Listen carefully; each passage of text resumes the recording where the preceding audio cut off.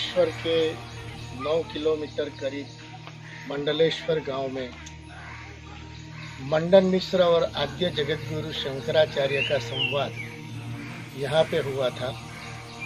इस स्थान का नाम गुप्तेश्वर महादेव है। यहाँ 3 दिन तक जगतगुरु शंकराचार्य और हमारे मंडन मिश्र का शास्त्रार्थ हुआ। शास्त्रार्थ में मंडन मिश्र की पराजित हुए। जो पराजित हुए उनको शिष्य बनना पड़ेगा, ऐसा सिद्धांत था।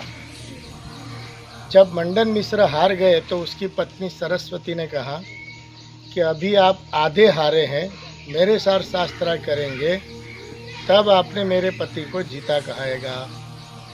तो यहाँ सरस्वती ने ऐसा प्रश्न रखा जो गृहस्थाश्रम के अनुकूल था, लेकिन सन्यासियों के लिए प्रतिकूल था। तो वो प्रतिकूल संवाद का सिद्धांत जीतने के लिए इस गुफा में शंकराचार्य जी शिष्यों के अनुशासन में रहे। यहाँ से उसने स्थूल शरीर रख दिया और सूक्ष्म शरीर से एक राजा शरीर में पर काया प्रवेश किया।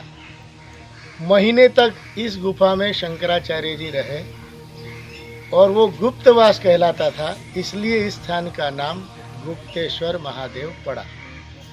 1 महीने के बाद राजा के शरीर में जा कर के गृहस्थाश्रम का जो सुख कैसा होता है वो आद्य शंकराचार्य ने राजा के शरीर से प्राप्त करके सरस्वती को यही संवाद का समाधान किया।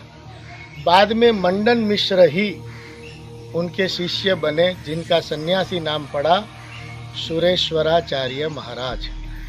तो गुप्त स्थान इसलिए है कि आद्य शंकराचार्य यहीं से पर काया प्रवेश करके दूसरे शरीर में गए थे। लेकिन 3 दिन तक यहाँ शास्त्रार्थ हुआ। उनकी पत्नी इस गुफा में, इस मंदिर में यहाँ वो सेवा करती थी, माने रसोई इत्यादि भी बनाती थी और उनका नित्य निवास यहाँ था।